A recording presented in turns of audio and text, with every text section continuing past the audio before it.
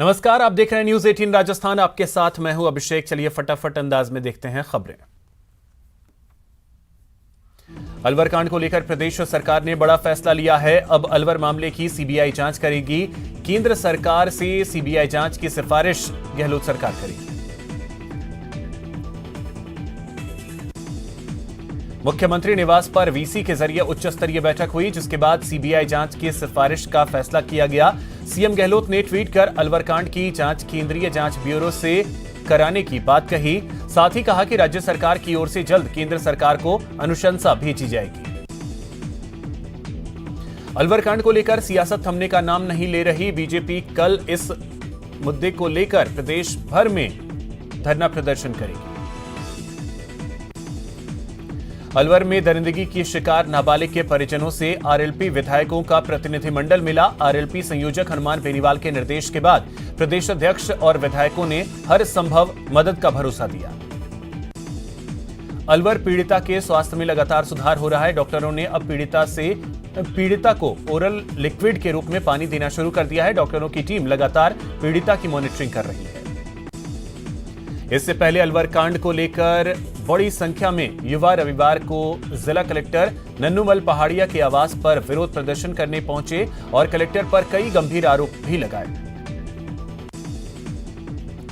केंद्रीय मंत्री अनुराग ठाकुर ने कहा कि दंगा करने वाले समाजवादी पार्टी में, जबकि दंगाइयों को पकड़ने वाले भारतीय जनता पार्टी में आते हैं। उन्होंने कहा कि जेल और बेल सपा का खेल है।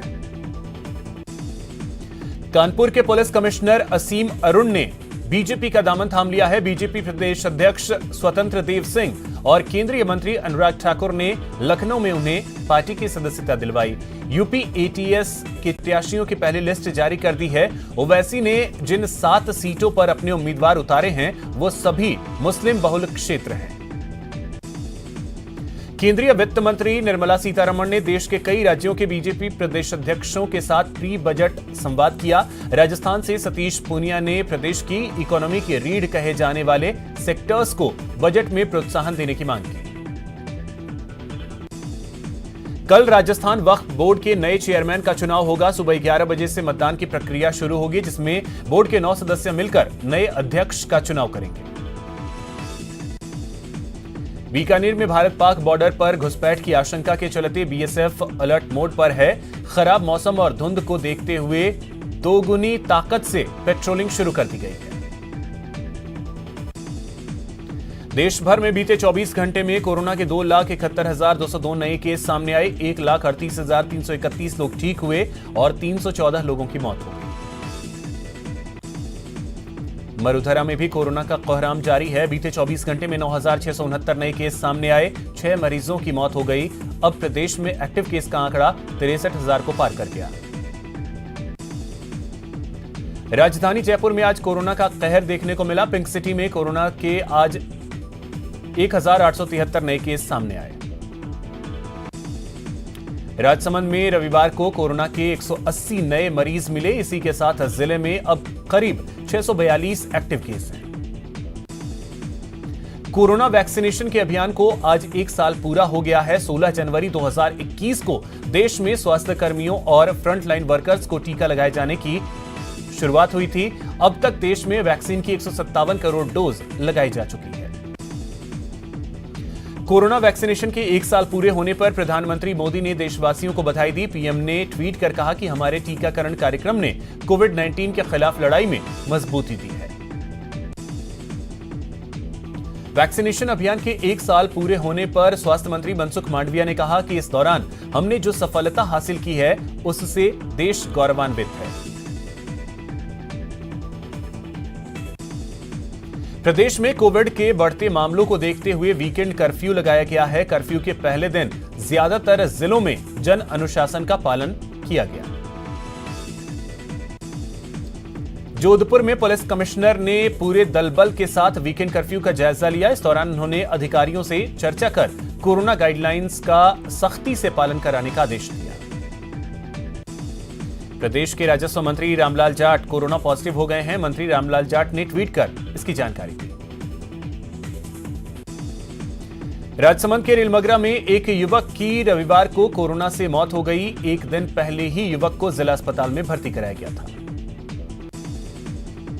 जोधपुर में ट्रेनों और रेलवे स्टेशनों पर कोरोना गाइडलाइन को लेकर पुलिस अलर्ट मोड में है। पुलिस ने 15 दिन में कोरोना गाइडलाइन का उल्लंघन करने वाले 372 यात्रियों के चालान काटे। जोधपुर में वीकेंड कर्फ्यू के दिन शहरवासियों ने कर्फ्यू में पूरा सहयोग किया। सड़कों पर पुलिस तैनात रही। इस दौरान लोगों ने कर्फ्यू का पालन किया। जालोर के सांचौर के प्रतापपुरा गांव में चिकित्सा विभाग की टीम पिछले 1 महीने से लोगों को कोरोना का टीका लगाने के लिए मशक्कत कर रही है, लेकिन ग्रामीण टीम को देखते ही भाग जाते हैं। कोटपुतली में पुलिस ने बड़ी कार्रवाई करते हुए नकली नोट बनाकर ठगी करने वाली गैंग का पर्दाफाश किया। पुलिस ने 5 आरोपियों को गिरफ्तार किया। साथ ही मौके से 18,52,500 रुपए के नकली नोट बरामद किए। राजसमंद के कांकरोली थाना क्षेत्र में 14 वर्षीय बालिका के साथ दुष्कर्म के बाद पीड़िता के 8 माह के गर्भ से होने के मामले में राज्य बाल अधिकारिता व संरक्षण आयोग ने संज्ञान लिया है। राजसमंद की किलवाड़ा थाना पुलिस ने अपने चाचा की हत्या के आरोपी भतीजे किशन लाल को गिरफ्तार कर लिया। चूरू के गांव गाजसर के पास रविवार को कचरे के ढेर में नवजात बच्चे का शव मिलने से हड़कंप मच गया। पुलिस ने शव को कब्जे में लेकर जांच शुरू कर दी। बूंदी में पुलिस ने फर्जी पत्रकार और नेता बनकर खान व्यवसायियों से अवैध वसूली करने के आरोप में 2 लोगों को गिरफ्तार किया। बूंदी में ट्रैक्टर चोर गिरोह का पर्दाफाश करते हुए 2 चोरों को गिरफ्तार कर उनके कब्जे से चोरी का ट्रैक्टर बरामद किया गया। धौलपुर के राजाखेड़ा में पुलिस ने कार्रवाई करते हुए गांव गढ़ी टड़ावाली में चंबल नदी से अवैध रेत निकासी के रास्तों को जेसीबी से खुदवाकर बंद करवाया। प्रतापगढ़ में पुलिस ने शहर में 1 माह पहले हुई लाखों रुपए की चोरी के मामले का पर्दाफाश करते हुए एक आरोपी को गिरफ्तार किया। कोटा में स्टोन फैक्ट्री में काम करते वक्त हादसे के शिकार होने की वजह से एक मजदूर की मौत हो गई। पुलिस ने शव को पोस्टमार्टम करवाकर परिजनों को सौंप दिया। करौली में मंडेरू गांव में राजकीय माध्यमिक विद्यालय के कमरों की हालत जर्जर है, जिसको लेकर ग्रामीणों ने रोष व्यक्त करते हुए कहा कि अगर जल्द ही स्कूल की हालत सही नहीं हुई तो हम आंदोलन करेंगे। करौली के टोडा भीम उपखंड के खिरखेड़ी गांव में 33 केवी बिजली जीएसएस के निर्माण कार्य में घटिया सामग्री के उपयोग का आरोप लगाते हुए ग्रामीणों ने प्रदर्शन किया। पाली के बाली नगर पालिका के वार्ड 3 के लोगों को 12 साल के लंबे इंतजार के बाद हैंडपंप मिला तो लोग पानी भरने के बाद खुशी से झूमते नजर आए।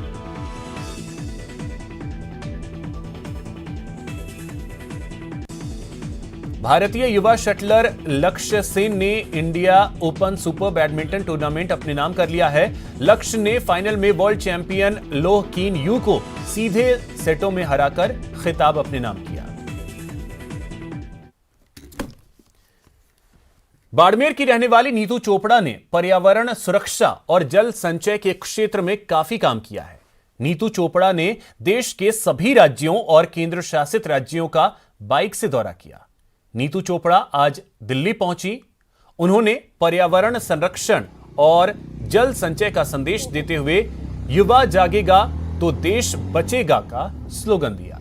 नीतू ने 108 दिन में बाइक से 20,354 किलोमीटर की यात्रा की। नीतू चोपड़ा की यह यात्रा खरदुंगला लद्दाख से 26 सितंबर 2021 को विश्व नदी दिवस के दिन शुरू हुई थी। नीतू चोपड़ा के दिल्ली पहुंचने पर केंद्रीय राज्य मंत्री और बीकानेर से सांसद अर्जुन राम मेघवाल ने अपने घर पर उनका स्वागत किया। मंत्री मेघवाल ने कहा कि यह बेटी राजस्थान की धरती से है। बाड़मेर के लोग पर्यावरण प्रेमी हैं। ऐसे युवा अगर लोगों को जागरूक करने का काम हाथ में ले लें तो पर्यावरण बचाना आसान होगा।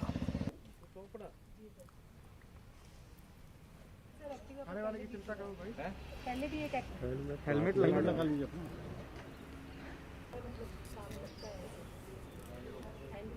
जो रिकॉर्ड है, रिकॉर्ड में ये अपने खरदुंगला से काउंट होगा। खरदुंगला युवा जगेगा देश बचेगा के आह्वान के साथ में हम निकले थे, क्योंकि कुछ भी करना है तो युवाओं को जगाना ज़रूरी है और वही देश के आने वाले भावी कर्णधार हैं। तो प्रकृति जल है तो कल है, प्रकृति है तो हम हैं का संदेश हमने जा के हर स्टेट में दिया। हर स्टेट में जाके यूनिवर्सिटी के स्टूडेंट्स के साथ में, क्लब्स के साथ, युवा ग्रुप के साथ में इंटरेक्शन किया। ये राजस्थान की धरती से है और उस धरती में इसका जन्म हुआ जहाँ मेरा भी बड़ा लगाव है। वहाँ से एक युवा के रूप में हमारी नीतू चोपड़ा एक युवा प्रतीक के रूप में उभरी और इस एक जुनून हाथ में लिया कि मैं पूरे देश में बाइक चला करके जाऊंगी और पर्यावरण संरक्षण, प्रकृति के साथ जुड़ो, प्रकृति के साथ जीना सीखो, भारत को स्वस्थ रखो और जल भी बचाओ, जल का भी संरक्षण करो, उनके बारे में जागरूकता फैलाऊंगी। मुझे लगता है बहुत ही साहसपूर्ण कार्य इसने हाथ में लिया। कोरोना वायरस की तीसरी लहर के बीच भारत ने कोरोना टीकाकरण का 1 साल पूरा कर लिया। इस दौरान टीकाकरण अभियान ने कई मील के पत्थर हासिल किए। साथ ही कोरोना से लड़ाई में 100 से ज्यादा देशों की मदद भी की। पीएम मोदी ने इस उपलब्धि पर देश के हर नागरिक का आभार जताया। 156 करोड़ टीके लगा इतिहास रचा। एक वर्ष में 156 करोड़ से अधिक डोज देश में एडमिनिस्टर हो चुके हैं। 70% वयस्क आबादी का टीकाकरण पूर्ण।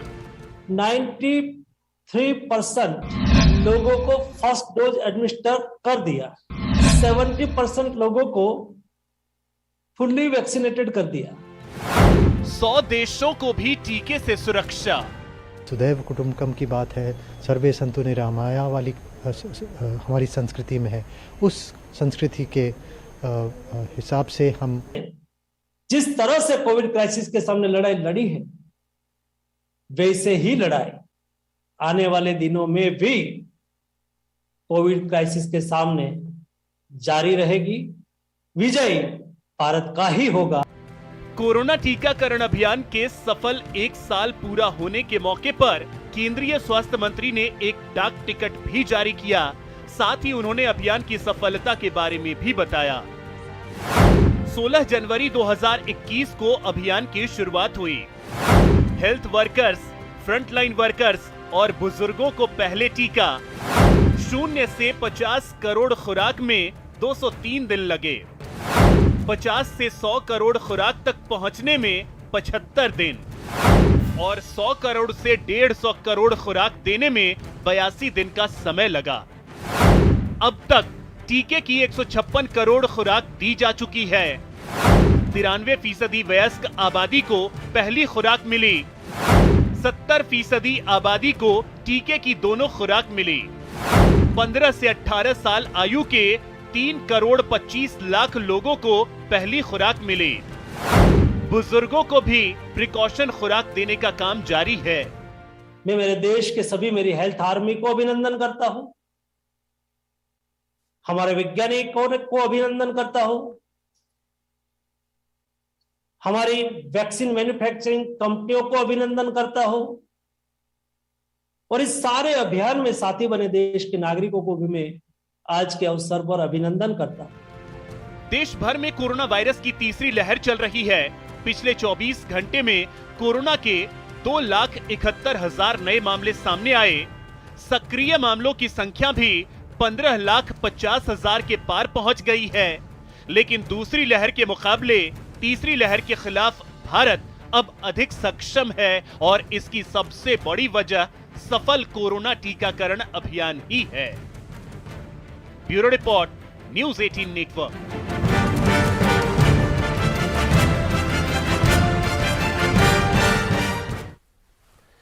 इस बार का गणतंत्र दिवस राजसमंद जिले के लिए काफी खास होगा। नाथद्वारा शैली की 2 पेशवाई गणतंत्र दिवस पर राजपथ पर लगाई जाएगी। पेश है यह खास रिपोर्ट।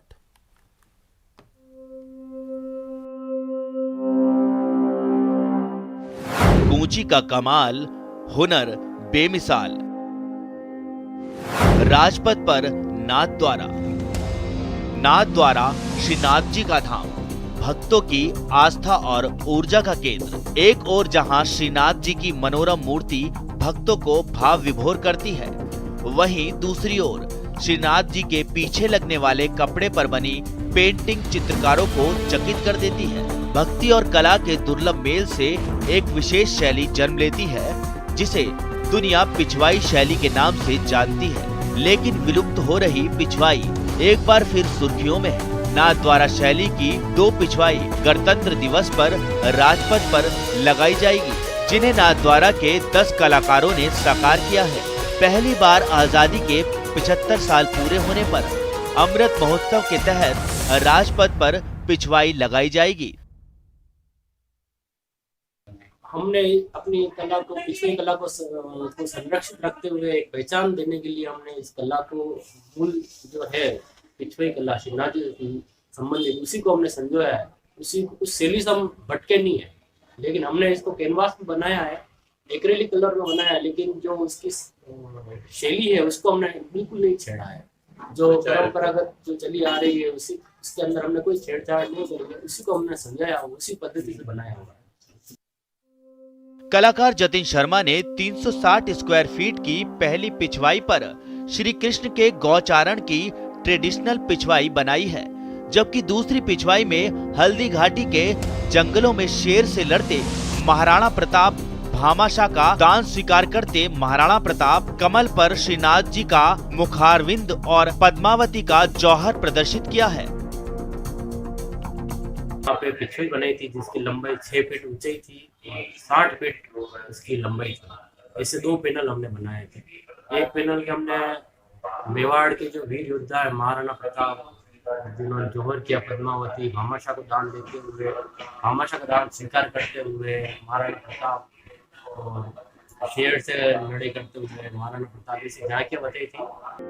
चटक रंगों में डूबे श्री कृष्ण की लीलाओं के दर्शन कराती ये पिछवाइयाँ देखने वाले की सुध बुध हर लेती हैं। श्रीनाथ जी के प्रतिदिन के दर्शन में अलग अलग पिछवाई लगाई जाती है, जो उस दिन के महत्व के अनुसार होती है। सबसे खास बात ये कि पिछवाई कला किसी पाठ्यक्रम में शामिल नहीं है, मतलब जिसे इस कला को सीखना होता है वो चित्रकार के साथ रहकर ही सीखता है। पिछवाई का अर्थ है पीछे वाली जगह। श्रीनाथ जी के पीछे लगने वाले कपड़े पर बनी पेंटिंग 300 वर्ष पहले की तकनीक से बनाई जाती है। सूती कपड़े पर ही पिछवाई की रचना की जाती है। कपड़े को पारंपरिक विधि से तैयार किया जाता है। पत्थर और प्राकृतिक रंगों का उपयोग होता है। एक पेंटिंग में 6 से 7 दिन लगते हैं। शाम के समय, संध्या समय के समय कृष्ण अपनी गौ को चराते हुए संध्या के समय अपने घर लौट रहे हैं, महल में लौट रहे हैं, जो कि बहुत अच्छी पिछवाई है और बहुत सुंदर पिछवाई है। आमतौर पर प्रमुख दृश्य बनने वाले और किनारा बनाने वाले कलाकार अलग अलग होते हैं। किनारों पर काम करने वाले कलाकार प्रमुख कारीगर के शिष्य या बच्चे होते हैं। महंगी पिछवाई में असली सोने का काम और बहुमूल्य रत्नों की सजावट की जाती है, जिसके लिए सदे हुए हाथ और गहरे अनुभव की जरूरत होती है। लेकिन देश विदेश में विख्यात पिछवाई कला को संरक्षण देने वाले कलाकार कम हो रहे हैं। 26 जनवरी को गणतंत्र दिवस की झांकी पर नाथद्वारा की पिछवाई कला की एक बार फिर से पहचान दुनिया के सामने उभर कर सामने आएगी। इससे न सिर्फ पिछवाई कला को एक नया मुकाम मिलेगा, बल्कि विलुप्त हो रही इस कला को एक बार फिर से दुनिया की नज़रों में नई पहचान मिलेगी। अलकेश सनाड, न्यूज़ 18 राजस्थान, राजसमंद। मशहूर फिल्म अभिनेता अक्षय कुमार अपने परिवार के साथ रणथंभौर पहुंचे हैं। फिल्म अभिनेता अक्षय कुमार अपने परिवार सहित रणथंभौर के होटल शेरबाग में ठहरे हैं। इस दौरान अक्षय होटल के परिसर में अपनी बेटी के साथ एक गाय को दुलार करते देखे गए।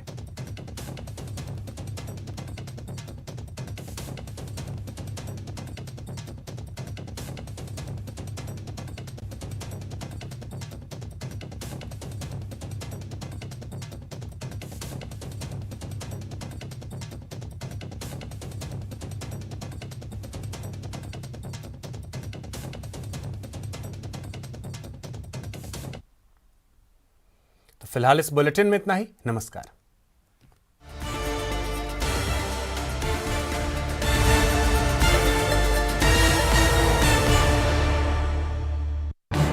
इस न्यूज हेडलाइंस के प्रायोजक पेट सफा आयुर्वेदिक जून। पेट सफा, हर रोग दफा।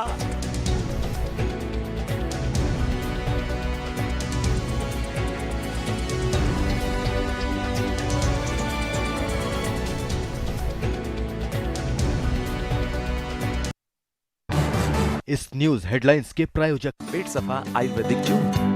पेट सफा, हर रोग दफा।